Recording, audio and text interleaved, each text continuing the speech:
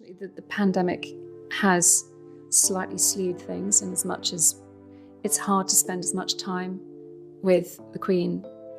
The royal family has had its share of scandals, rivalries, and surprising moments, but what happened at Duchess Sophie's 60th birthday party shocked everyone.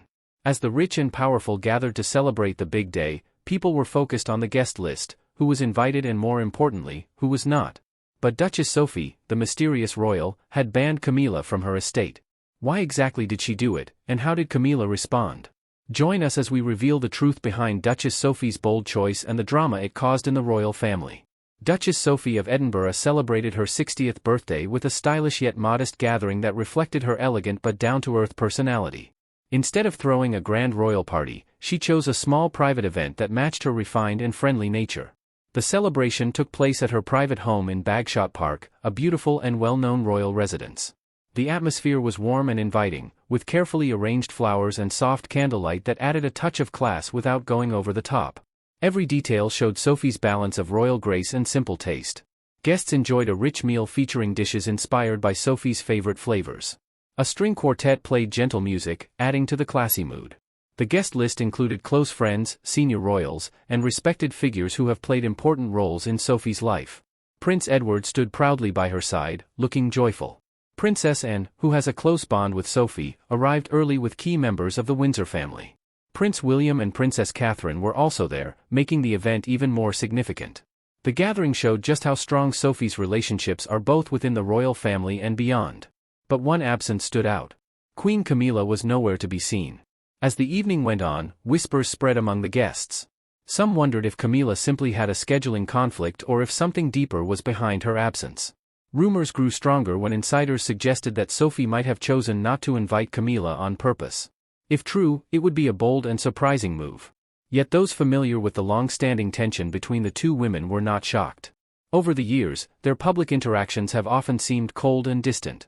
No one knows for sure why Camilla did not attend, but the mystery cast a shadow over what should have been a joyful night. Instead of focusing on Sophie's milestone, the evening became filled with questions and gossip, raising doubts about the unity of the royal family. If Sophie really did make a deliberate choice, what finally pushed her to act? Was it years of quiet conflict finally coming to a head, or a recent disagreement that made her draw the line? Let us find out. When Sophie married Prince Edward in 1999, she brought new energy to the royal family. The newly married couple became the Earl and Countess of Wessex following an announcement earlier that day by Buckingham Palace. In time, they would also be given the titles of Duke and Duchess of Edinburgh after the death of the Queen and the present Duke of Edinburgh. With her background in public relations, along with her charm and grace, Sophie quickly became a popular and admired figure both within the royal circle and among the public. She was known for working hard and staying out of trouble, which impressed many key members of the family, including Queen Elizabeth II. However, not everyone welcomed her right away. At the time, Camilla was already in a serious relationship with Prince Charles, but she still had not fully won the approval of the royal family. After her affair with Charles during his marriage to Princess Diana, many people still viewed her negatively. Even though Charles made it clear that Camilla was important to him, there was still a lot of doubt from both the palace and the public. Then came Sophie, a graceful, well-liked newcomer who fit into royal life with ease. Her arrival made Camilla's struggles even more obvious. Some insiders whispered that Camilla felt uneasy seeing how quickly Sophie was accepted, especially since Queen Elizabeth warmed to her almost immediately. At the time, the royal family was still trying to heal from the pain caused by Charles and Diana's troubled relationship. Sophie's calm and drama-free nature was a welcome change. She soon earned the royal family's trust, often appearing alongside the Queen and gaining praise for her dedication to royal duties. This growing bond between Sophie and the Queen may have made Camilla feel even more unsure of her place. Even though Camilla had been trying for years to be accepted, Sophie was embraced almost right away. The media also favored Sophie, often showing her as elegant and confident. While Camilla continued to deal with criticism from the past, people began to compare the two women, which fueled rumors that Camilla saw Sophie's arrival not just as a bid for the Queen's attention, but also as a threat to her role in the royal family. Over time, signs of tension began to show. There were moments when Camilla seemed to keep her distance, or when Sophie's increasing influence led to quiet disagreements. While they never argued in public, their relationship always felt cold and distant. Those close to them believed that Camilla never truly accepted Sophie, and there was little warmth in their interactions. Were they in love while Charles was still married to Princess Diana, or did their relationship only begin after Diana's death? Let us take a closer look at how King Charles and Queen Camilla came together. Camilla and Prince Charles formed a strong bond long before she became queen consort. Their love story lasted for many years and was filled with deep emotions, long separations, and public scandals. Despite many challenges, including personal struggles and harsh criticism from the public, their connection remained strong and eventually shaped the future of the British royal family in surprising ways. In the early 1970s, Camilla and Charles met for the first time. From the beginning, they felt a strong and natural connection. They both loved nature, horses, and had the same sense of humor. They talked easily with one another, and Charles was drawn to Camilla's confidence and charm, while she admired his kindness and dedication to his royal duties. But even though they had strong feelings for each other, tradition got in the way. At that time, royal rules were very strict. Even though Camilla came from a noble family, she was not considered the right match for a future king. Charles was expected to marry a young woman with no previous relationships. Because of these expectations, Charles and Camilla had to part ways. In 1973, Camilla married Andrew Parker Bowles after ending her relationship with Charles. Meanwhile, Charles continued his royal responsibilities and tried to move forward. But even though they were apart, he and Camilla stayed in touch and kept their bond alive over the years. Later, Charles met Lady Diana Spencer. She seemed to be the perfect royal bride. Their wedding in 1981 was grand and watched by millions around the world, a kiss which received a roar of approval from the crowd who called the couple back and back. But behind the fairy tale image, problems began to grow. Charles and Diana were very different in personality and hopes for their marriage. As their relationship became more strained, Charles turned once again to the comfort of Camilla's friendship. Even though they were both married to other people, Charles and Camilla stayed emotionally close. As they grew closer, it became harder to keep their relationship a secret. The media noticed, and rumors started to spread. Diana later confirmed that Camilla had always been an important person in Charles's life, which shocked the public and brought a wave of anger and criticism. Do you think Mrs. Parker Bowles was a factor in the breakdown of your marriage? Well, there were 3 of us in this marriage, so it was a bit crowded.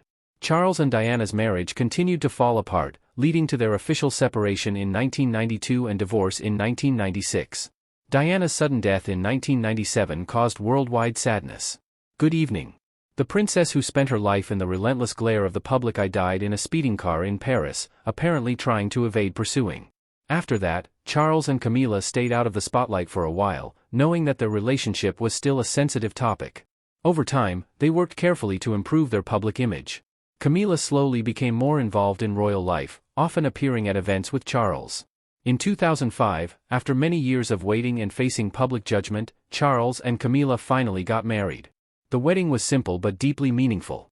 It wasn't as grand as other royal weddings, but it showed the strength and endurance of their love. Sophie and Camilla's tension began when Sophie joined the royal family and became aware of the complicated relationship between Camilla and Prince Charles. While some royals were able to ignore Camilla's past, Sophie found it hard to forget the controversy. The memory of Princess Diana still hung heavily over the family, and many people clearly remembered the scandal of Charles and Camilla's affair. Camilla's role wasn't just about personal relationships. It also affected how the public saw the royal family. The affair between Charles and Camilla played a major part in ending his marriage to Diana, and the media followed it closely. After Diana's tragic death in 1997, public opinion of Camilla grew even worse. Many blamed her for Diana's sadness, which made her joining the royal family a sensitive and debated issue. Sophie, known for respecting royal traditions and being very loyal to the family, reportedly had a hard time accepting Camilla's transformation from mistress to royal consort. Sophie had built a positive image for herself, elegant, respectful, and free from scandal, since marrying Prince Edward. In contrast, Camilla's path had been full of controversy, criticism, and bad press. This clear difference made it difficult for Sophie to fully welcome her. In the early 2000s, the gap between the two women became more obvious. Sophie and Edward took their royal duties seriously and acted professionally, while Camilla was still trying to find her place and hadn't yet married Charles. Sophie also had a close bond with Queen Elizabeth II, which highlighted the difference between her and Camilla.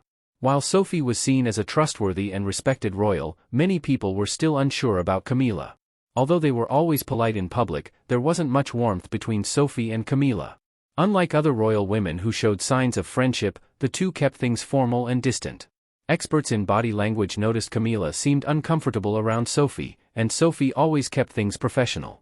There were also signs of a quiet competition for attention and influence. Some royal watchers believed Camilla, aware of her rocky reputation, tried to stand out more at events, sometimes pulling attention away from Sophie. Whether this was intentional or just part of her insecurity, it likely reinforced Sophie's view that Camilla's position in the family was still complicated. Sophie's unease with Camilla didn't come from personal dislike but from her strong belief in protecting the royal family's honor. To her, Camilla represented a painful time in royal history that had hurt both the family and the public. Though Sophie never openly spoke against Camilla, her hesitation sent a clear message. Their early disagreements led to a lasting distance between them. Even now, many years later, the tension hasn't fully gone away. When Sophie didn't invite Camilla to her 60th birthday party, people wondered if it was because of old resentment or something more recent. Their rivalry even spread into their charity work. So how has this competition affected their charitable efforts, and who has come out ahead? Let's take a closer look. The royal battle for influence. Even though Duchess Sophia of Edinburgh and Queen Camilla had different personalities and ways of living their royal lives, they still found themselves in quiet competition, especially when it came to charity work. Both women understood that being involved in good causes wasn't just part of their royal duties.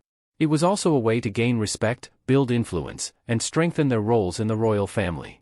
Over time, their charitable work became a subtle contest, each trying to stand out and make a unique mark in the royal world of giving. Sophie began her charity work in 2002 by founding the Duchess of Edinburgh Foundation, originally started when she was still the Countess of Wessex. The charity focused on helping children, supporting education, and offering chances to young people in poor areas. Sophie was very involved, visiting schools, orphanages, and youth programs, showing that she cared deeply. Her hands-on approach earned her praise, and her foundation soon partnered with global organizations to offer scholarships and improve education in developing countries. Sophie's mix of professionalism and warmth made her well-liked, and her skills in public relations helped her handle media attention well and spread her message effectively. Camilla, on the other hand, was already doing charity work before Sophie joined the royal family. She focused on serious issues like domestic abuse, reading programs, and health campaigns, topics often ignored by other royals.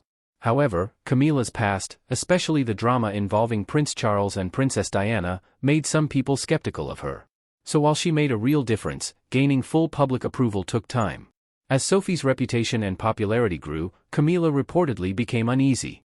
Sophie was seen as friendly, relatable, and active at royal events, while Camilla often struggled to win people over. Their different styles made the contrast even clearer. Sophie preferred personal, low-key efforts like showing up unannounced to visit charities, while Camilla took a more formal approach, hosting grand fundraising events and giving public speeches. Though both ways had value, many saw Sophie's style as more sincere and effective. Their quiet rivalry showed up in small but noticeable ways. In 2004, Sophie got a lot of attention for attending a children's reading event shortly after Camilla had launched a similar program. People began to wonder if Sophie's rising presence in charity work was making Camilla uncomfortable. Neither woman ever talked about it openly, but their actions suggested a silent competition for attention and influence. Sophie had one big advantage. Early on, her close bond with Queen Elizabeth II was evident. The Queen trusted her and gave her important roles. Sophie often stood in at royal events and supported the Queen behind the scenes, especially after Prince Philip passed away. She was respected, discreet, and always did her job well. Many believe that if things had stayed the same, Sophie might have become one of the most powerful women in the royal family. But in 2005, everything changed. Camilla married Prince Charles, officially becoming a senior royal.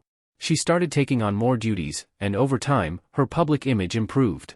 Although Sophie remained hardworking and loyal, Camilla's rising status began to overshadow her. As Camilla appeared at bigger events and grew closer to becoming queen consort, some insiders thought Sophie felt pushed aside, especially because she had once been the Queen's closest female ally. Even though they never showed open conflict, the shift in power was clear. When Queen Elizabeth died in 2022, Charles became king and Camilla was named queen consort. This gave Camilla more power than ever and it affected Sophie's place in the royal family. One move that especially upset Sophie was when Camilla and King Charles decided to sell many of Queen Elizabeth's beloved racehorses. The Queen had loved horse racing and put years into breeding top-quality horses. For Sophie, who shared a deep connection with the Queen, this seemed like a painful break from tradition. To others, it also looked like a sign that the old ways were being left behind in Camilla's new era. As Camilla grew more powerful, the gap between her and Sophie widened. Sophie kept working hard, but she was no longer seen as the queen's most trusted woman. Her role slowly faded while Camilla became the most prominent female royal. This shift likely played a role in Sophie's decision not to invite Camilla to her 60th birthday party, a surprising move that caught attention. Now the once quiet competition between the two women has become a clear difference in status.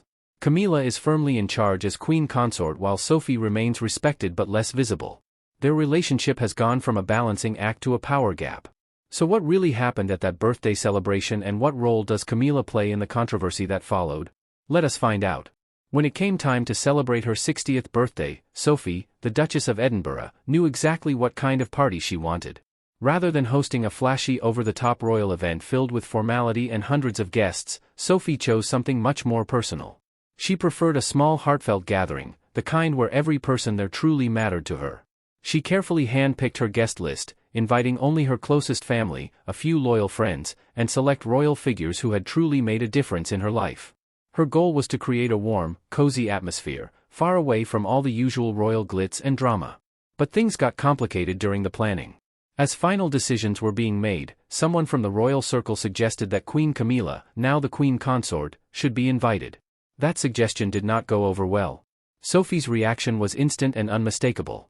According to those who were present, she rolled her eyes, let out a dismissive laugh, and firmly made it clear she did not want Camilla at her party. Word of her reaction spread quickly through palace halls, causing a quiet but undeniable stir. Many within the royal household were surprised and some even disturbed by her bluntness.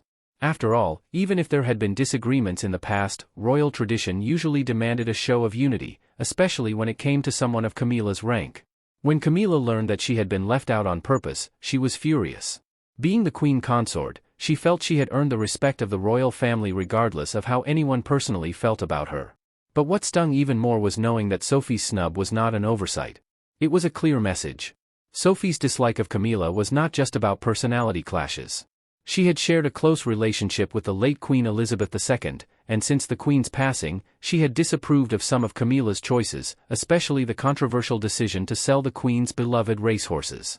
Sophie saw that move as a sign of disrespect toward the Queen's legacy and proof that Camilla was taking the monarchy in a direction she strongly disagreed with. Rumors began swirling that Camilla was so upset she considered crashing the party, just showing up without an invitation to remind everyone of her authority and challenge Sophie's right to exclude her.